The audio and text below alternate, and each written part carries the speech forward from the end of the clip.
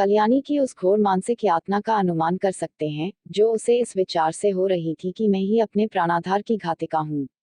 वे वाक्य जो क्रोध के आवेश में उसके असंयत मुख से निकले थे, अब उसके हृदय को वाणों की भांति छेद रहे थे। अगर पति ने उसकी गोद में कराह कराह कर प्राण त्याग दिए होते तो उसे संतोष होता कि मैंने उनके प्रति अपने कर्तव्य का पालन किया। शोकाकुल हृदय को इससे ज्यादा सांत्वना और किसी बात से नहीं होती। उसे इस विचार से कितना संतोष होता कि मेरे स्वामी मुझसे प्रसन्न गए, अंतिम समय तक उनके हृदय में मेरा प्रेम बना रहा। कल्याणी को यह संतोष न था। वह सोचती थी, हाँ, मेरी 25 बरस की तपस्या निष्फल हो गई। मैं अंत समय अपने प्राणपति के प्रेम के वंचित हो गई। अगर मैंने उन्हें ऐसे कठोर शब्द न कहे होते तो वह कदापि रात को घर से न जाते। न जाने उनके मन में क्या क्या विचार आए हों। उनके मनोभावों की कल्पना करके और अपने अपराध को बड़ा बड़ा कर वह आठों पहर कुर्ती रहती थी। जिन बच्चों पर वह प्राण देती थी, अब उनकी सूरत से चिढ़ती। इन्हीं के कारण मुझे अपने स्वामी से रार मोल लेनी पड़ी। यही मेरे शत्रु हैं। जहां आठों पहर कचहरी सी लगी रहती थी, वहां अब खाक उड़ती है। वह मेला ही उठ गया। जब खिलाने वाला ही न रहा तो खाने वाले कैसे पड़े रहते। धीरे धीरे 1 महीने के अंदर सभी भांजे भतीजे विदा हो गए। जिनका दावा था कि हम पानी की जगह खून बहाने वालों में हैं, वे ऐसा सरपट भागे कि पीछे फिरकर भी न देखा। दुनिया ही दूसरी हो गई। जिन बच्चों को देखकर प्यार करने को जी चाहता था, उनके चेहरे पर अब मक्खियां भिनभिनाती थीं। न जाने वह कांति कहाँ चली गई। शोक का आवेग कम हुआ तो निर्मला के विवाह की समस्या उपस्थित हुई। कुछ लोगों की सलाह हुई कि विवाह इस साल रोक दिया जाए, लेकिन कल्याणी ने कहा, इतनी तैयारियों के बाद विवाह को रोक देने से सब किया धरा मिट्टी में मिल जाएगा और दूसरे साल फिर यही तैयारियां करनी पड़ेंगी, जिसकी कोई आशा नहीं। विवाह कर ही देना अच्छा है। कुछ लेना देना तो है ही नहीं। बारातियों के सेवा सत्कार का काफी सामान हो चुका है, विलंब करने में हानि ही हानि है। अतएव महाशय भालचंद्र को शोक सूचना के साथ यह संदेश भी भेज दिया गया। कल्याणी ने अपने पत्र में लिखा, इस अनाथिनी पर दया कीजिए और डूबती हुई नाव को पार लगाए। स्वामी जी के मन में बड़ी बड़ी कामनाएं थी, किंतु ईश्वर को कुछ और ही मंजूर था। अब मेरी लाज आपके हाथ है। कन्या आपकी हो चुकी। मैं लोगों के सेवा सत्कार करने को अपना सौभाग्य समझती हूँ, लेकिन यदि इसमें कुछ कमी हो, कुछ त्रुटि पड़े, तो मेरी दशा का विचार करके क्षमा कीजिएगा। मुझे विश्वास है कि आप इस अनाथिनी की निंदा न होने देंगे। आदि। कल्याणी ने यह पत्र डाक से न भेजा, बल्कि पुरोहित से कहा, आपको कष्ट तो होगा, पर आप स्वयं जाकर यह पत्र दीजिए और मेरी ओर से बहुत विनय के साथ कहिएगा कि जितने कम आदमी आए उतना ही अच्छा। यहाँ कोई प्रबंध करने वाला नहीं है। पुरोहित मोटेराम यह संदेश लेकर तीसरे दिन लखनऊ जा पहुंचे।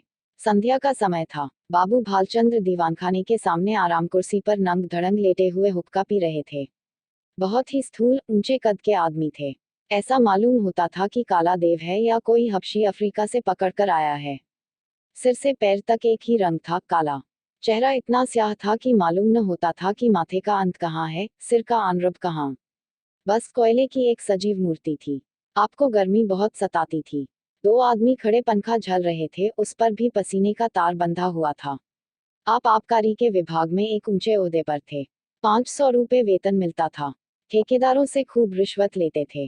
ठेकेदार शराब के नाम पानी बेचे, 24 घंटे दुकान खुली रखें, आपको केवल खुश रखना काफी था। सारा कानून आपकी खुशी थी। इतनी भयंकर मूर्ति थी कि चांदनी रात में लोग उन्हें देखकर सहसा चौंक पड़ते थे। बालक और स्त्रियां ही नहीं, पुरुष तक सहम जाते थे। चांदनी रात इसलिए कहा गया कि अंधेरी रात में तो उन्हें कोई देख ही न सकता था, श्यामलता अंधकार में विलीन हो जाती थी। केवल आंखों का रंग लाल था। जैसे पक्का मुसलमान 5 बार नमाज पढ़ता है, वैसे ही आप भी 5 बार शराब पीते थे। मुफ्त की शराब तो काजी को हलाल है। फिर आप तो शराब के अफसर ही थे, जितनी चाहे पिए, कोई हाथ पकड़ने वाला न था। जब प्यास लगती शराब पी लेते। जैसे कुछ रंगों में परस्पर सहानुभूति है, उसी तरह कुछ रंगों में परस्पर विरोध है। लालिमा के संयोग से कालिमा और भी भयंकर हो जाती है। बाबू साहब ने पंडित जी को देखते ही कुर्सी से उठकर कहा, अखा, आप हैं। धन्य भाग। अरे कोई है। कहाँ चले गए सबके सब? चड्डू, गुरदीन, चकौड़ी, भवानी, रामगुलाम कोई है क्या? सबके सब मर गए। चलो रामगुलाम, भवानी, चकौड़ी, गुरदीन, जगरू। कोई नहीं बोलता, सब मर गए। दर्जन भर आदमी हैं, पर मौके पर एक की भी सूरत नहीं नजर आती, न जाने सब कहाँ गायब हो जाते हैं। आपके वास्ते कुर्सी लाओ। बाबू साहब ने ये पांचों नाम कई बार दोहराए, लेकिन यह न हुआ कि पंखा झलने वाले दोनों आदमियों में से किसी को कुर्सी लाने को भेज देते। 3-4 मिनट के बाद एक काना आदमी खांसता हुआ आकर बोला, सरकार इतना की नौकरी हमार की न होई। कहाँ तक उधार बाड़ी ले ले खाए मांगत मांगत थैथर होए गए ना। भाल बोला, बको मत, जाकर कुर्सी लाओ। जब कोई काम करने की कहा गया तो रोने लगता है। कहिए पंडित जी, वहाँ सब कुशल है। मोटेराम बोले, क्या कुशल कहूँ बाबूजी, अब कुशल कहाँ, सारा घर मिट्टी में मिल गया। इतने में कहार ने एक टूटा हुआ चीड़ का संदूक लाकर रख दिया और बोला, कुर्सी मेज हमारे उठाए ना ही उठता है। पंडित जी शर्माते हुए डरते डरते उस पर बैठे कि कहीं टूट न जाए और कल्याणी का पत्र बाबू साहब के हाथ में रख दिया। भाल बोला, अब और कैसे मिट्टी में मिलेगा, इससे बड़ी और कौन विपत्ति पड़ेगी। बाबू उदय भानुलाल से मेरी पुरानी दोस्ती थी। आदमी नहीं, हीरा था। क्या दिल था, क्या हिम्मत थी, आंखें पोंछकर मेरा तो जैसे दाहिना हाथ ही कट गया। विश्वास मानिए, जब से यह खबर सुनी है आंखों में अंधेरा सा छा गया है। खाने बैठता हूँ तो कौर मुंह में नहीं जाता। उनकी सूरत आंखों के सामने खड़ी रहती है। मुंह जूठा करके उठ जाता हूँ। किसी काम में दिल नहीं लगता। भाई के मरने का रंज भी इससे कम ही होता है। आदमी नहीं, हीरा था। मोटे बोला, सरकार, नगर में अब ऐसा कोई रईस नहीं रहा। भाल बोला, मैं खूब जानता हूँ पंडित जी, आप मुझसे क्या कहते हैं। ऐसा आदमी 1-2 लाख में एक होता है।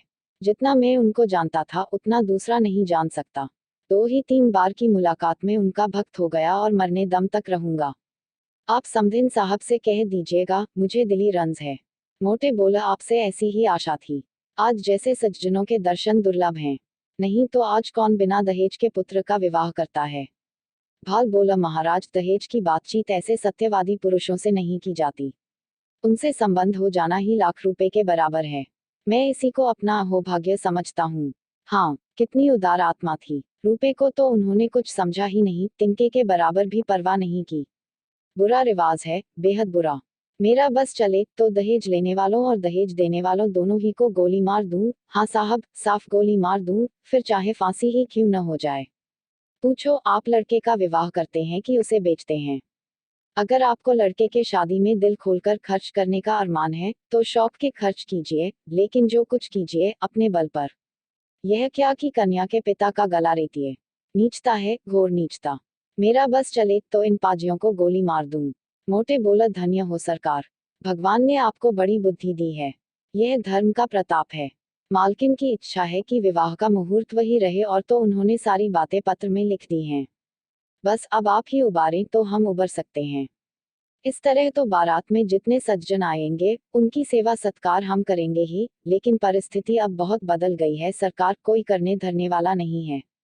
बस ऐसी बात कीजिए कि वकील साहब के नाम पर बट्टा न लगे। भालचंद्र 1 मिनट तक आंखें बंद किए बैठे रहे, फिर एक लंबी सांस खींचकर बोले, ईश्वर को मंजूर ही न था कि वह लक्ष्मी मेरे घर आती, नहीं तो क्या यह वज्र गिरता। सारे मंसूबे खाक में मिल गए। फूला न समाता था कि वह शुभ अवसर निकट आ रहा है, पर क्या जानता था कि ईश्वर के दरबार में कुछ और षड्यंत्र रचा जा रहा है। मरने वाले की याद ही रुलाने के लिए काफी है। उसे देखकर तो जख्म और भी हराज हो जाएगा। उस दशा में न जाने क्या कर बैठूं। इसे गुण समझिए, चाहे दोष की, जिससे एक बार मेरी घनिष्ठता हो गई फिर उसकी याद चित्त से नहीं उतरती। अभी तो खैर इतना ही है कि उनकी सूरत आंखों के सामने नाचती रहती है, लेकिन यदि वह कन्या घर में आ गई तब मेरा जिंदा रहना कठिन हो जाएगा। सच मानिए, रोते रोते मेरी आंखें फूट जाएंगी। जानता हूँ रोना धोना व्यर्थ है। जो मर गया वह लौटकर नहीं आ सकता। सब्र करने के सिवाय और कोई उपाय नहीं है, लेकिन दिल से मजबूर हूँ। उस अनाथ बालिका को देखकर मेरा कलेजा फट जाएगा। मोटे बोले, ऐसा न कहिए सरकार। वकील साहब नहीं तो क्या, आप तो हैं। अब आप ही उसके पिता तुल्य हैं। वह अब वकील साहब की कन्या नहीं, आपकी कन्या है। आपके हृदय के भाव तो कोई जानता नहीं, लोग समझेंगे वकील साहब का देहांत हो जाने के कारण आप अपने वचन से फिर गए। इसमें आपकी बदनामी है। चित्त को समझाइए और हंस खुशी कन्या का पानी ग्रहण करा लीजिए। हाथी मरे तो 9 लाख का। लाख विपत्ति पड़ी है, लेकिन मालकिन आप लोगों की सेवा सत्कार करने में कोई बात न उठा रखेंगी। बाबू साहब समझ गए कि पंडित मोटेराम कोरे पोथी के ही पंडित नहीं, वरन व्यवहार नीति में भी चतुर हैं। बोले, पंडित जी, हलफ से कहता हूँ, मुझे उस लड़की से जितना प्रेम है उतना अपनी लड़की से भी नहीं है, लेकिन जब ईश्वर को मंजूर नहीं है तो मेरा क्या बस है। वह मृत्यु एक प्रकार की अमंगल सूचना है जो विधाता की ओर से हमें मिली है। यह किसी आने वाली मुसीबत की आकाशवाणी है। विधाता स्पष्ट रीति से कह रहा है कि यह विवाह मंगलमय न होगा। ऐसी दशा में आप ही सोचिए, यह संयोग कहाँ तक उचित है। आप तो विद्वान आदमी हैं। सोचिए, जिस काम का आरंभ ही अमंगल से हो उसका अंत अमंगल में हो सकता है। नहीं, जानबूझकर मक्खी नहीं निगली जाती। समधिन साहब को समझा कर कह दीजिएगा, मैं उनकी आज्ञा पालन करने को तैयार हूँ, लेकिन इसका परिणाम अच्छा न होगा। स्वार्थ के वंश में होकर मैं अपने परम मित्र की संतान के साथ यह अन्याय नहीं कर सकता। इस तर्क ने पंडित जी को निरुत्तर कर दिया। वादी ने यह तीर छोड़ा था जिसकी उनके पास कोई काट न थी। शत्रु ने उन्हीं के हथियार से उन पर वार किया था और वह उसका प्रतिकार न कर सकते थे। वह अभी कोई जवाब सोच ही रहे थे कि बाबू साहब ने फिर नौकरों को पुकारना शुरू किया। अरे तुम सब फिर गायब हो गए। जग्गू, चकौड़ी, भवानी, गुरुदीन, रामगुलाम। एक भी नहीं बोलता, सबके सब मर गए। पंडित जी के वास्ते पानी वानी की फिक्र है। ना जाने इन सबों को कोई कहाँ तक समझे। अक्ल छू तक नहीं गई।